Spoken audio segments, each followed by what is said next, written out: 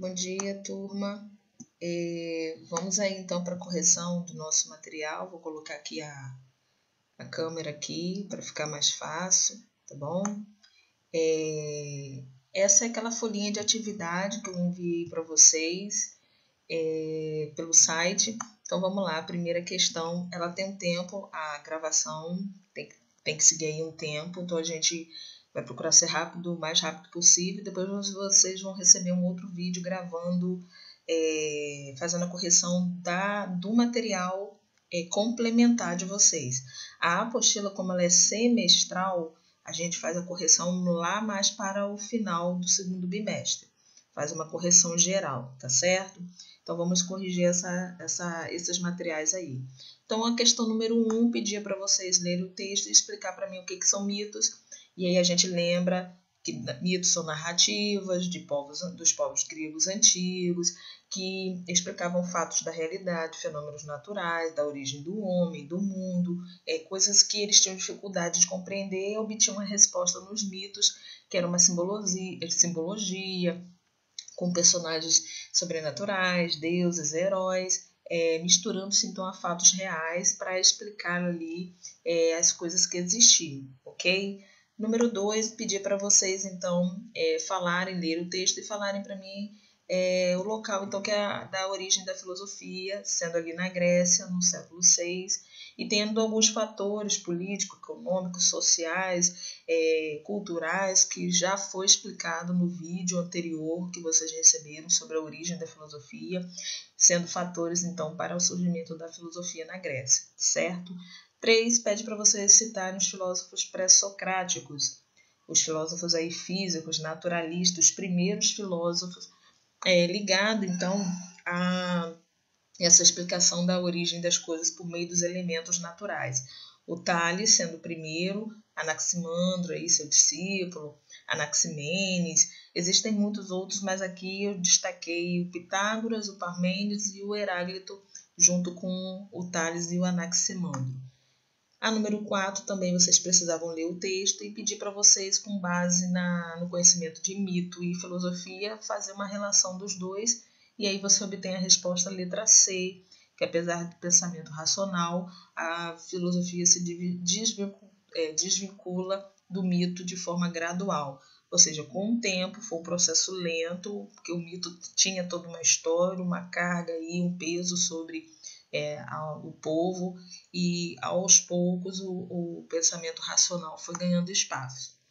Ainda é correto afirmar sobre a filosofia, número 5, que ela retomou alguns temas, então, lembrando que foi uma desvinculação lenta, retomou temas mitológicos, mas colocando uma explicação mais lógica e racional, formulando em hipóteses mais argumentativas.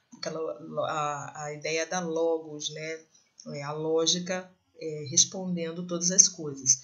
A 6, você tinha também que afirmar sobre a filosofia, e aí a resposta, a letra D, quando o ser humano começa a se exigir provas, justificações racionais que validem ou invalidem as crenças anteriores, valores e práticas anteriores que eram reveladas pela mítica.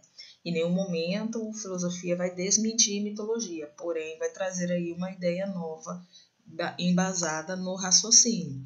Mito 7, explique por que o conhecimento mítico tem a mesma dignidade que o conhecimento filosófico. Porque quando a gente fala de tipos de conhecimento, você não tem como apontar aquele que é melhor ou melhor, quem ocupa a segunda ou terceira posição de importância, como está na resposta. Filosofia se baseia na razão como forma de compreensão, mito na imaginação. Então, não é correto afirmar que a razão é mais importante que a imaginação. Então, filosofia é mais correta, é mais verdadeira que o mito? Trata-se, então, de modos de conhecimento distintos, diferentes, que têm uma igual importância, dignidade, tem uma posição aí importante na necessidade do homem, diferenciando-se, então, da origem dos métodos nas características. Só assim você diferencia mito de filosofia. A 8, você tinha que, sobre a atitude, que é muito característica dos primeiros filósofos, né? A ideia do raciocínio ali, a guinada de atitude ligada ao texto se refere aí a qual resposta? A discussão crítica da ideia, essa posição crítica, analítica, investigativa da filosofia, que pode modificar ou reformular novas ideias, novas respostas. A physis, a número 9, pedi para você ler o texto, e aí os primeiros filósofos relacionados aí no texto, no caso Tales, expressava então um problema no qual ele aponta que é um problema que precisava ser investigado, que está associado à questão da cosmologia como uma investigação acerca da origem da ordem do mundo. O principal problema para eles investigados estava justamente naquela natureza simbólica para explicar os fatos, a origem das coisas. A 10, pedi para você assinalar o que é correto, lembrando que eu expliquei que você tem que colocar os números corretos para dar a soma, não é colocar o resultado final já da soma, não. E aí você tem como respostas corretas, número 1, 2, 3 e 5. A respeito aí do que cada filósofo considera como importante.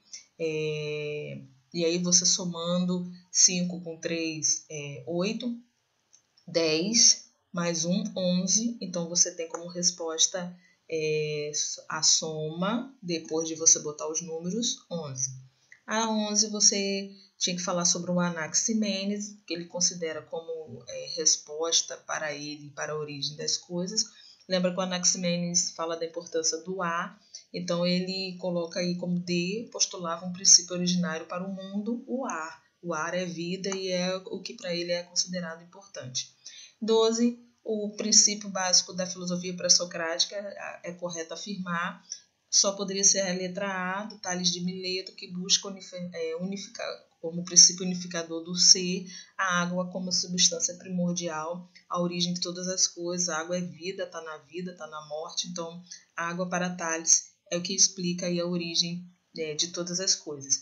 Não podem ser a B, C, D, que eu coloquei uma explicação no final, porque Anaximandro arqué era ilimitado, então não podia ser explicado por elementos como água e fogo, que para ele apesar de mudarem o tempo todo, mas o infinito é algo que não muda, então Anaximandro para ele é o apeiron. A Anaximenes já fala que está associada ao ar, nas mudanças que ele sofre, a rarefação, condensação, e o Heráclito concebe o mundo aí como um constante movimento, tanto que ele compara ao rio, a corrente, as águas do rio, um constante movimento, fluxo, então por isso ninguém podia se banhar 2 vezes no mesmo rio, e contrapondo então as ideias anteriores, tá certo? Acho que dá para a gente corrigir o outro material nesse vídeo mesmo, não sendo necessário dois vídeos. E aí, então, nós vamos para o exercício lá do material complementar para a correção dele. Temos que fazer isso em 15 minutos para poder conseguir publicar o material lá no YouTube.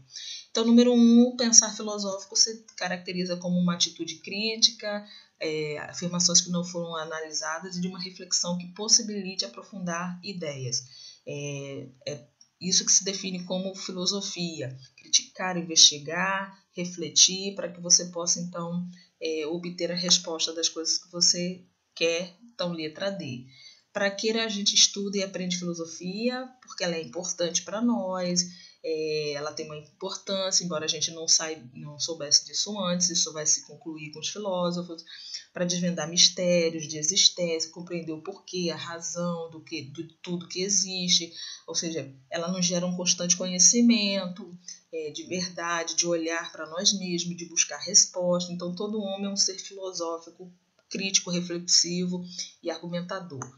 A gente, na 3, precisa associar a ideia, né, de como cada filósofo explicava a origem do mundo, das coisas, por meio de algumas citações aí. Então, você tinha o filósofo tentando descobrir a sua ideia, ou tinha a ideia tentando descobrir a que filósofo pertence. Então, Pitágoras é aquele que defende que tudo são números e os números explicam todas as coisas. Anaximandro, a ideia primordial é o apeiron infinito. O Tales explica tudo pela água e o Anaximenes é quem fala que tudo é ar. Então, os filósofos são chamados físicos, naturalistas, que tinham ali uma norma e regra própria, o princípio que rege era independente do homem e dos cosmogônicos, ou seja, explicado por elementos ali míticos. Os seres humanos então podiam compreender tudo por meio da lógica, para então produzir um pensamento racional. Tales pedia para você escolher dentre as duas frases abaixo aquela que mais combina com Tales, e a afirmação de Tales, e a resposta é a A, que a inundação do rio ocorre porque um Deus abre as comportas. Tales ele pensava muito nessa lógica de Deus que estava em todas as coisas, deuses, ele não é especificamente Deus que nós conhecemos, que tudo está relacionado a algo divino. Então a água, por exemplo, que muda constantemente, ela podia suportar essas transformações e continuar inalterada, mantendo a sua essência, porque é um elemento eterno. Então está cheia de deuses. Então ele percebe tudo isso na lógica de que o mundo está em constante movimento, que são coisas vivas, que se movem. Então, como se movem, são vivas, é porque Deus está nelas. Então, todas as coisas para Tales tinham vida, tem Deus, são promovidas por deuses e pela alma. Lembrando que ele não está se referindo a nada religioso aí, tá? Deus, religioso e alma. A 5, letra D, está muito parecido com aquela do exercício anterior, que qual era o principal problema para Tales que devia ser investigado, a questão da cosmologia, né, na relação mítica, acerca da origem do mundo. 6, o que relação Pitágoras faz com números e o universo. Pitágoras defende que a ideia toda é explicada por uma lógica matemática, o número nasce primeiro que a matemática, a verdade toda é explicada pela adaptação dos cálculos dos números, que cria então uma regra para a natureza. Então, natureza e objetos são coisas mutáveis, mudam, mas a verdade é que o número ele é eterno, não muda, então ele está ali, ele existe, mesmo que você faça uma outra interpretação. Aí eu dei o exemplo da criança que manda medir uma sala, ela vai obter um número, e um bebê que vai medir a sala, ele não consegue obter um número, mas os números continuam existindo ali, certo? Então a matemática, música, tudo provém dos números. Heráclito de Éfeso, o que é incorreto sobre ele, sobre a realidade do ser, é a imobilidade. Né? Para Heráclito, tudo tem movimento, uma vez que a luta entre os opostos neutraliza a possibilidade de movimento, ou seja, tudo está em constante movimento, não existe só um único ser, uma única matéria. Ele fala do rio, por exemplo, né? Está em constante movimento. Então, a diferença entre Heráclito e Parmênides é que, enquanto para o mundo é contínuo, permanente, Parmênides dizia que enquanto para o mundo era movimento, em constante movimento, para Parmênides o mundo era único, um ser imóvel. A escola jônica 9 aí, de Tales e Anaximandro, afirma-se que busca a realidade do cosmos, apesar do Anaximandro, né, no caso, intuindo pelo apeiron, o infinito, concordando até com Tales a respeito da água como importante para a vida, mas tudo se baseia aí no início principal, que é o infinito. E a 10, Parmênides, defende então a ideia do ser, ele é, e o não ser não é, ou seja, o ser existe, ponto, isso é racional, e o que não existe não tem explicação. Então, a número 1 e 2 estão corretas. A 3, o ser e o não ser existem ao mesmo tempo, não, para a Parmênides, ou uma coisa o indivíduo acabou. Então, o ser é pensável e o ser não é impensável. Então, não se pensa no não ser, porque não se consegue constituir isso na mente.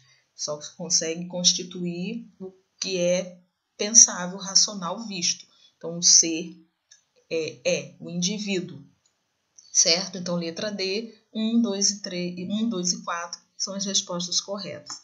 Espero que vocês tenham entendido. Faremos outras correções de exercícios. No mais, é isso. Um beijo, fique com Deus, certo?